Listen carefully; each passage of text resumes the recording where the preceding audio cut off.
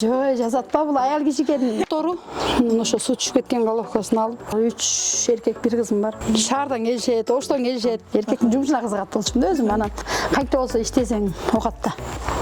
Эми ага кээ бири таң калгандар болот. Ишенбейт, кээ бири иш жүзүнө келгенде анан ии дешет да. Жана урдалган машиналар болот, сүзүп качып кеткендер болот. Үйдө бул тамак жасай албайт деп сураган эмелер да көп болот. Может, читайм кийинирээк. Келин алып, небере багып калган учурларда да. Чоң айналып. Адамдыкындай эле да булар деле.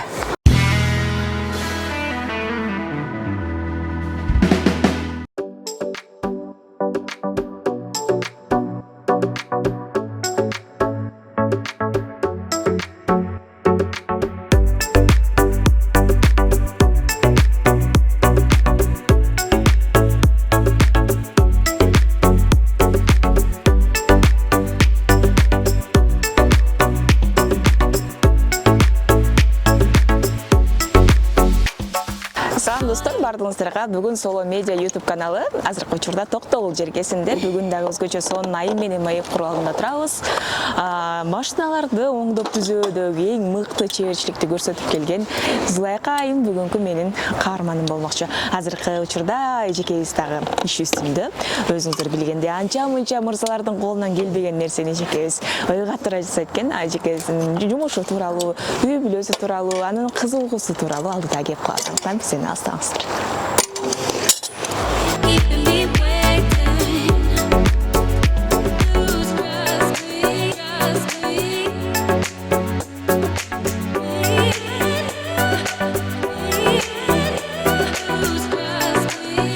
Саламатсызбы, кандай жакшы денсаулыктар? Жакшы. Кудай шүгүр келгиле. Иштеп атабыз.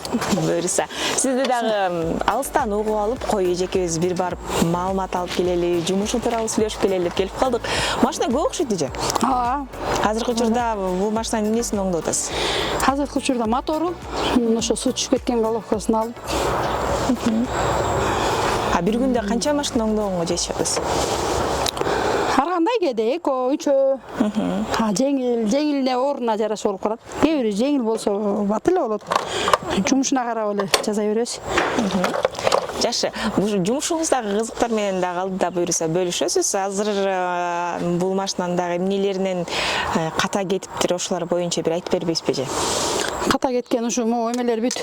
Головканын болттор бош экен, ошондон прокладкага суу түшүп моторго прокладкалар күйүп калган да. Азыр ошону алып котором азыр. Аял киши үчүн оор эмеспи же? Эми андай деле оор деле сезилбейт. Остор бул белектер. Адаттагыдай эле баары оңой. Остор дүкөндөрүнүн бирине келип, жапжаңы Infinix сатып аласың да, экинчи смартфонуңду белекке аласың. Булар менен бүтпөйт. Дагы сонун 2 белек сеники. Керемет. Сага смартфон керекпи? Сага белек керек. Эми көңгөн жумуш өзүң кызыккандай оор деле сезилбейт. Нормаль эле. Канча жыл болду же? 10 жыл болуп калды го. Демек мен токтолук дегендин баары эле сизге келет. Келет. Буйруганы. Келишет, айылдан келишет. Шаардан келишет, оштон келишет. Оштон атайын алып келип жасап кетишет. Эң башкы фишкаңыз ушу мотор жасоо болуп эсептелинеби же? Анан оорлорун да кыласызбы? Мотор, кирген машинаны карай беребиз негизи өзүчү. Мотор бузулуп кетсе моторун жасайбыз, ходовой келсе ходовойун, кузов бүт эле жасай беребиз. Электросто да жасайбыз. Кирген машинаны жасамай да. Негизи эле жолдошуңуз дагы дал ушул тармактан окшойт экөөңүз. Жолдошум, балдарым кылат бүт. Жумушуңузда кызыктар тууралуу бөлүшпөйсүзбү же? Көбүнчөсү келгенде эле айым экенсиң деп чочуркагандар болобу? Эми ага кээ бири таң калгандар болот. Жок, аял кишинин колунан келеби, келбейби деп кээ бири ишенбегендер болот. Ар кандай. Көпчүлүк. Жакшы.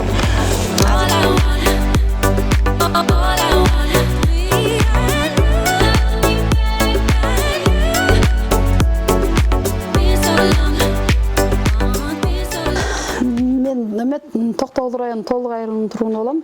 Ошо Толуга окуп, ошол жакта чоңоюп өстүм. ошо толук эле турмушка чыккан. Кийин бияка көчүп келгенибизге бир 15 жылдай болуп калды. 15 жылдан бери ушакта жашайбыз. Канча жаштасыз эже? Мен 42-демин. 42-демин. 4 балам бар, 3 эркек, 1 кызым бар. Эже, мисалы үчүн дал ушул айылга келгенибизге 15 жылдын жүзү болуп калдыңыз. Келер менен эле дал ушул жумушту баштадыңыздарбы?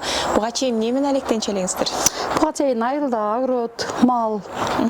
Жолдошум ушу телевизор, радио ушул жакта эле оңдочу. Анан кийин бияка келип анан жалаң ушу машина коюп алдык. Негизи эле ушул нерсе кичинекей кезиңизден эле бар беле? Эми кичинекей кезимден кызыгуу бар да ошон үчүн анан ошолор жөнүндө айтсаңыз. Кичинекейимден эле ушу ар нерсе жасап, жыгачтан бирдекелер жасап ушундай эмелерге кызыгышым да өзүмчө. Эркектин жумушуна кызыгат болчумун да өзүм. Анан ошондон техникага жакындап. Үйдөгүлөр кандай көз карашты эле? Үйдөгүлөр эми чайдечү эле? Ооба дег. Ошондой болот да. Өзүң жумушуң кылбайсыңбы, башка жумуш кыл деп албетте ошентип айтышат. Анан баары өзүм жеңип кеттим окшойт. Азыр көрүп калады. Азыр көрүп калышты баары. Мектепте окугандан кийин башка кесип эмеси окуган жоксузбу? Башка кесип окуган жокмун. Мейли турмушка чыгып кеттик да. Ошо менен эле үйдө балдар менен болот эле анан. Турмушка чыккандан кийин болду. Окуу каяктан окуп беребиз. Ошо. Жакшы. Негизи эле Токтогулдун кыздары дагы, негизи эле Токтогулдун тургундары тың келет деп көбүнчөсү айтып атканын. Ушул жумушту баштап аткандагы эң башында эмнеден баштадыңыз? Өз башында ушу машина алганбыз өзүбүз. Нива алып, ошону жасап, ошентип аткан үйрөнүп калдык да. Ошону айдап үйрөндүм. Аны 10 жыл айдадым Ниваны. Андан кийин аны улам машина алмаштырып, айдап жүрүп, жалаң ушак өтүп кеттик да. Демек жолдошуңуз дагы, сиз дагы машина оңдойсуз? Жолдошум да оңдойт машина, ошолдон үйрөнөбүз да.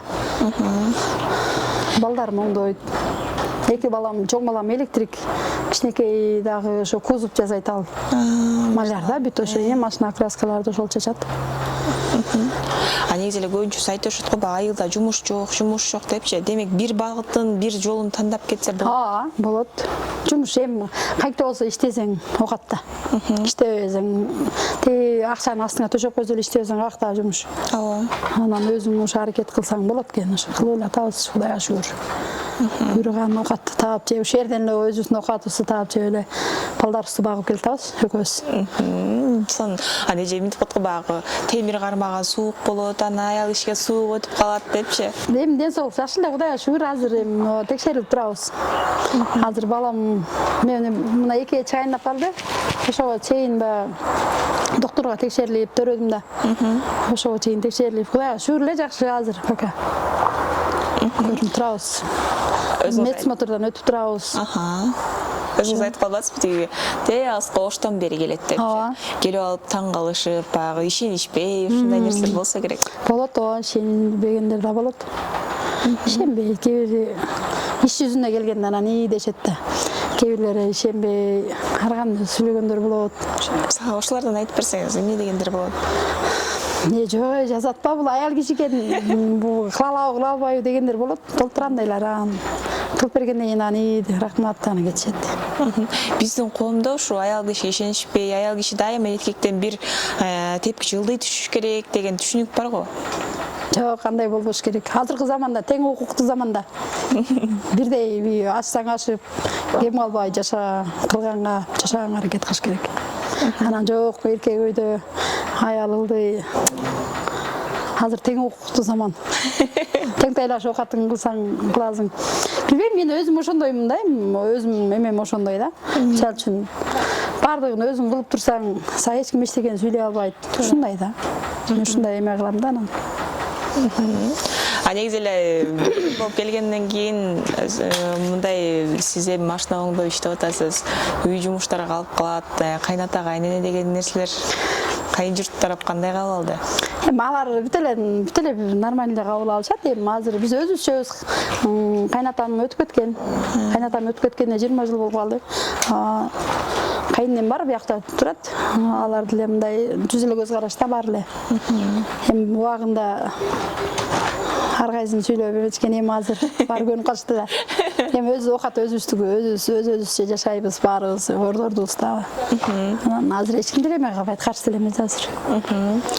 Көбүнчөсү мисалы үчүн токтогулга келатканда суусамырдан жанагындай авариялар көп болот, машиналар оодарылып кеткендери көп болот. Ошолордан көбүрөөк келебизге дагы. Оңдоп калган ушулар Болот го. Эсиңизде калган окуялары баягы алардан ууп калган эмне болду эле? Эми авария болуп биз авария болуп келетин сүзүшкөндөрдү справкасы барлар жасайбыз только. Справкасы жокторду жасабайбыз. Мындай справка алып, мындай эме болбогондорду албайбыз да. Себепи? Эми алар бизде текшерүү болуп турат да. Текшерүү болот. Жана урдалган машиналар болот, сүзүп качып кеткендер болот. Ошон үчүн биз справкасы жокторду албайбыз да. Только справкасы бар болсо алабыз. Анан көбүнчө эле мындай жеңилдеректерин жасап калабыз да. Анан тияктан ошо сүзүшкөндө справкасын көтөрүп келгендерди, справкасын алып жасай беребиз. Ошо. Эсиңизде калган окуя барбы мындай? Эң оор деген, эсиңизден кетпеген. Эми оор деген бар андайлар. Мисалы үчүн эмеден Россиядан бир орус тажик келаткан экен. Тажик төбөсүнүн аркы келип кулаган экен. Кечайып калыптыр КамАЗы, чоң КамАЗы ал 814 да чоңго дейм. Кузов полный эле кечайып калган. Сүйрөп алып келишкен бияка. Өзүм айкем ошо сүйрөп ада чоң эмеде трассада жүрөт такаянан. Ошо алып келгенде жасаганбыз ошону. Анан ошонун эмеси суу куйган бачогу. Алардыкы ал суу менен жүрбөсө жүрбөйт да ал машинаныкычы. Биздики бөлөк машинаныкын коюп кете берсе кете берет да көбүч. Ал КамАЗдыкы ал КамАЗ бизде Кыргызстанда чанда да. Анын запчасы турмак өзү чанда машина экен да, ал өзүчү. Анан ошонун суу куйган бачогу ошол эч эсимен кетпейт алигичечи. Пластмасса биягы бир 25 сантиметрдей да, 4 шарчы. Ал бир кыран сынып калган. Аны табыш керек эми, кантип таап жасап бересиң. Кузовун жасаганың, түзөгөнүң биягы калып калабы? Анан ошону келгенде саркылап жамап берип, пластмассаны жасап берип, анан от алдырып кетириш керек да. Анан эмне кылыш керек муну деп анан мага алып келип берип койду. Эмне кыласың, жазап бер дейт. Жолдошум да мен билбейм, эмне кылсаң ошо кыл, өзүң жазап бересиңби, башка таап бересиңби деп берип коюп кетип калышты да. Анан тиги тажикте айттым, мага клей сатып келип бер сен. Мен анан жасап көрөйүн колдон келишинче. Суу ага койду анан. Баягы отуруп алып анан кийин канистр, кадимки канистр бар го, ошону кесип клейден алып келип анан баягы бүт жазадым. Ошол Тажикстанга кетти, ошо жетти ошол жака. Клейлеген эме менен жетип, аяктан таппайт ал. Аяктан жүк толтуруп анан кайра Россияга кетти. Тажикстан. Алигиче до сих пор айтат ал. Ошол менен Россияга келдим, клейлеген мен депчи. Канча күн жасадыңыз эле ошону? Аны мен 4 саат дегенде жасадым. 4 саат. Элестет, 4 саатта кесип, ошо ийриген жер. Анын насос отурат да, 2 насос отурат. Ошо 2 насосты отурушуң керек, ошо ийри жерлерин бүт келтирипчи. Аны фен менен ысытып атам, паяльник менен ысытам, эритем, жабыштырам, ошондой атана жабыштырдым. Ошо эчесин кетти ошондон. Бирге кыргыздар эмес, тажиктерге дагы. Тажиктер да келет. Как раз ошол тажиктер келген учурда согуш уруш болду го. Ошо уруш башталганда ошо тажик ошо бизден кетти да ошондо. Тажик ошондо биздин үйдө болчу. Шашып кетти, ошо жакта уруш чыккан да ошондо убакта. Багыш коркуп деле кетти. Коркуп, багыш. Жашы негизи эле ушунча эмгек кылып атасыздар. Эң кымбат дегенде машина жасаганыңыздар канчага чыгат? 25-30. Сонун эле чыгат экен да. Мына кузов работага келгенде ошондой болот да. Бул чоң машиналарды өзүнчө. Негизи жолдошуңуз менен эмне болуп таанышып калгансыздар? Жолдошубуз менен ата-энелер таанышып, анан сүйлөшүп. Мурункудай эмес. Ошондой эле сүйлөштү, анан алып беришкен. Демек карасаңыздар, эки эме бир багыттагы адамдардын биригип калганы. Мисалы үчүн эми эркек балага көнүп кетет, кызыңыз айтыр, мама ушуну жумушту таштайсыз мүмкүн деп. Айтып жүрүп азыр эметип калды эми ал. Бир эле кызым бар, 3 эркек, 1 кызым бар. Анан апа башка жумуш кылалыбы деп ошентип атам. Эми башка жумуш көчөгө барып иштесең деле, кечке иштесең, идиш-аяк жуусаң деле 600 сом, 500 сом араң табасың кечкечи. Башка жумуш пол жуусаң деле ошол акчада. Анан жок, азыр пока бул жумуш балдарым кичине эметип алсам анан может иштейм кийинирээк. Келин алып, небере багып калган учурларда да. Чоң айналып. Ооба. Бирок көнүп калдыңызбы? Машинанын бүт нерсесин билсеңиз. Ооба. Көрүнүп. Кээде жумушту сагынып каласыз, анча-мынча конокко кеткенде. Ооба. Сагынасың, лазым көңгөн жумушум да. Ооба. Кейлер чарчадым, бул жумуш кылып тажадым дейт го, жок. Тажабайсыз. Жок. Айылга барып чөп чабабыз. Чөпкө деле барабыз, эч неме жок. Тажабайбыз эле. Кудай ден соолук берсе иштеп турганга нежесин. Иштейбиз, жакшы эле. Эле эркек кишинин жумушун көбүрөөк жасап, ушул нерсеге көбүрөөк кызыгам деп калбадыңызбы?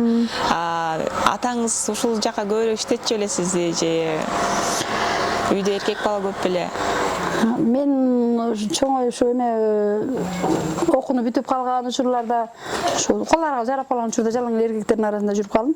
Менен улуу чоң эжем бар, ал окууну бүтүп ада турмушка чыгып кеткен. Ошондо 4 эркек, 5 эркектин арасында мен болдум да. Сиңдим кичинекей болду. Эркектердин жумушуна ат минип чөп чаап эле жүрчүбүз жакта айылда эле. Ошого көнүп алганбыз да ошо. Өзүң эмең баардан артачы. Эркектин жумушуна көп басым жасаганбыз ошо да. Бизде болуп алыстан да кызыгып келип, сизди менен маектешели дегендер көппү? Көп эле, Россиядан чалып атышат. Өзбекстандан өткөндө чалып атышты келип. Тартып эме кылалы депчи. Келип атышат эмелерчи. Сүйлөгөндү жактырбайт окшойсуз көпсү. Эме эместе өзүм чатажа көп эмерге сүйлөй берген жактырбайм да өзүм аны. Иш жүзүндө көп нерсени көрсөтөсүз. Жаша, алдыда эмне пландар эже? Балким центр тиги жакка чыксаңыздар кандай болот? Бизге иш кайыкта жакшы жасасаң любой жерге бара берет да адамдар. Өзүбүз үйүбүзгө эле бизге ыңгайлуу. Көчөгө чыксаң анын арендасы бар, жер сатып алышың керек. Анын помещенияны түзүш керек. Бизге ушу үй эле ыңгайлуу. Үйдө бала чакам баралуу кечке. Кааласаң кирип чай ичесиң. Баары үйдө жакшы да. Анан көчөгө кетсең үйүң алат. Эжекебиз кайсы учурда эс алат? Кышында эс аласызбы? Кичине суугукта, анда деле же темир кармап иштейбиз, анда деле. Анда деле иштейбиз. Биз менен азыр баары эле кредит алып алып, биякты бүтөлү, окуйду, биякты бүтөлү деп эле чуркап тытынып аткан убагыбыз да. Мына келин алабыз, кыз беребиз, балдар катар-катарынан чоңоюп эле иштешибиз керек. Анан отуруп алсаң ким берет акчаны бизге? Эс алганды ким коюптур дейсиз? Эс алып турганда күн келер го да. Буюрса. Балдар канчада? Чоң балам 20да. Сону. Чоң балам 20да, андан кийин кызым 18де. Андан кийинки балам 16да. Демек Анан кичинекейим 2 жашта. Сон. Буюрса алдыда дагы да болсо көптөгөн ийгиликтерди күтөбүз. Эжеке сөзгө жооп экен, бирок аял киши бар багыттагы өзүбүздү сынап көргүбүз келет. Кайсы багытта да өзүңүздү сынагыңыз келет эже? Мен өзү шевянда тигем. Сон. Курактарды курайм өзүм. Төшөнчү деле өзүм жасайм. Үйдө бул тамак жасай албайт деп сураган эмелер да көп болот. Манти аласыңбы, ашпаз аласыңбы дегендер да болот. Анан Кудайга шүгүр баарын эле жасайбыз, колдон келет бүт эле. Анан бияктын немеси көбүрөөк да бизге. Пайдасы көбүрөөк бизгечи.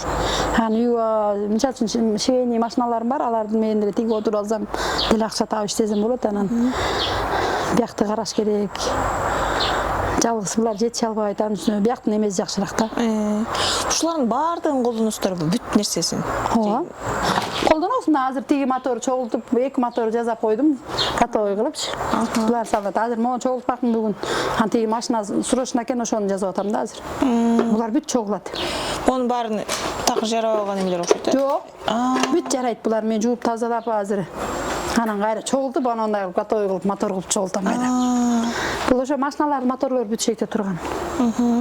Даярдап кээде сатасыз? Жок, сатпайбыз, өзүбүздүн эле салабыз. Өзүбүздүн эле. Ооба. Биз кээде арзан машиналарды өзүбүз сатып алабыз, ушуларга салабыз да баарынча. Булар бүт эле азыр өзүбүзгө тиешелүү, өзүбүздүн машиналардын моторлору. Бирөө баламгы, бирөө өзүбүздүк ушинтип жасап бүт машина сатып алабыз, бирок сатып алардан сатып алгандан кийин бүт колдон өткөрүп бүт анан кайра сатабыз да. Жакшы. Негизи эле айым катары мен сизге дагы суроо бергим келип турат. Азыр өзүңүз көрүп атсаңыз керек, колумдан эчтеке келбейт, анан жолдошумдун акчасы жетпейт деп эле үйдө отурган айымдар көп, башкалардан жардам сурап, же болбосо жалгыз бой айымдар көп. Ошолорго кандай кеңеш берет элеңиз? Эми күйөөм, мисалы үчүн мен ошолорго айтат элем эмичи. Балдарды мисалы үчүн бирөөнүн эшигин шыпырсат элечи, балдарды багса болот да.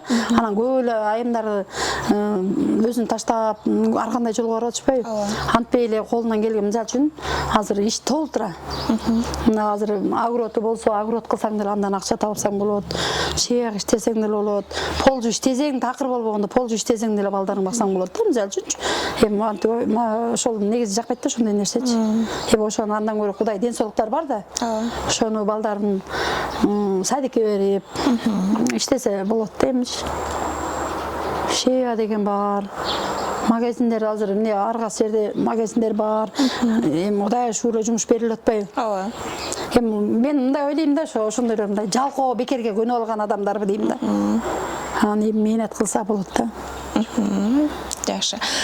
Негизи эле ушул мырзалардын дагы жумушун айымдар кылып атабыз, талашып атабыз, кийимдерин тигип атабыз. Мурда эле алып койгонбуз. Анан багы айымдын эркектин ишин кылса. Аны кээде туруп аны деле өзүм ойлоп кетем, эми кээде багы ар кандай болот да. Кээде жигим келгенде мен өзүм жумушумду кылып эле үйдө отурсам дейсиң, ага кээде турмуш эме болуп кетет. Жок, болбой калат да кээде. Анан эми баардыгы эле 5 кол тең эмес да. Туура. Анан ага болбой кетет. Кээде аны деле эметип кетесиң, кээде өз жумушум кылып үйдө эле отуруп. Мисалы үчүн эми бир жерге барып иштесең деле болот. Туурабы, эртеңден кетип. Антейин десең, ага шартың туура келбей калат. Туура. Айла жоктон кайра эле үйгө байралып каласың уже. Кылышка туура келип калат. Эң башкысы адал эмгек. Адал эмгек. Бирөөнүн эмгегин жебесе. Таза мээнет. Кыпкызыл эле мээнет биздики негизи. Сонун. Анан алдап жеп коюш андай мындай деген болбойт да. Таза эле мээнет. Бирөөлгө урдап албайсың, бирөөдөн барып сурабайсың. Үйүңдө оокатың бар, нан чайың бар. Кийим кечең бар, Кудайга шүгүр. Ошо.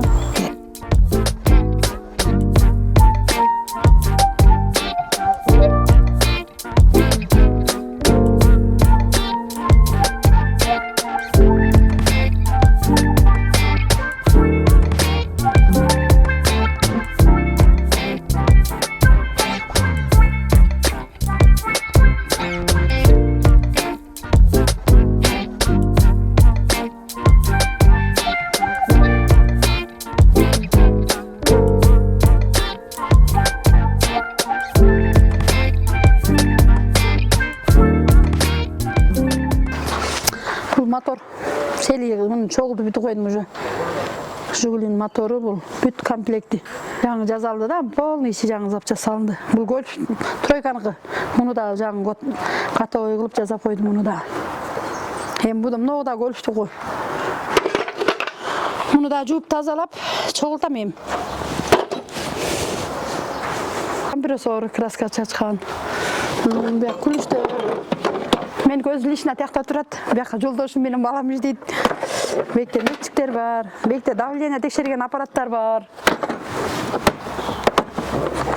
Мына. Мындай аппараттар бар. Давлениесин мотордун давлениесин текшеребиз булар менчи. Адамдардыкындай да бар? Адамдыкындай эле. Дизелдики. Но сапок мыналардык. Дизель мотордук да, бу да кадимгидей эле мына. Давленияларын текшеребиз булар менен. Канча эме көргөзөт бүт. Адамдыкындай эле да булар деле. Бул Nexia. Өзбекстандыкы. Бул кузовтар жасалат мына. Монтип чирип калат да мондай. Муну моторун да жаңы жасадым. Уже чогултуп жаап койдум да муну. Бул эми отала турган эле даяр болуп калды бул. Уже жаап койдум муну.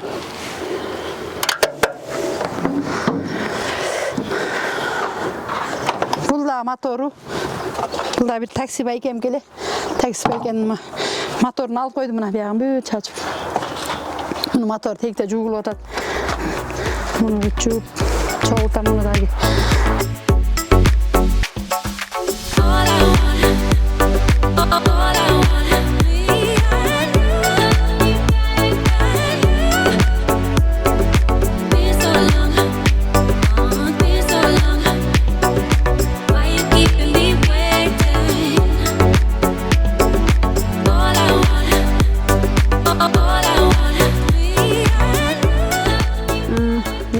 Şu Kırgız elime жалпы общий кыргызстандыктарга Кудайым тынччылык берсин, элибиз битиребезин, жерибиз титиребезин, кырсыктар азайсын кичине. Жалпы кыргыз элиме ден соолук каалайм, оорушпасын, иштерине ийгилик, ынтымак болсун, токчулук болсун, молчулук болсун.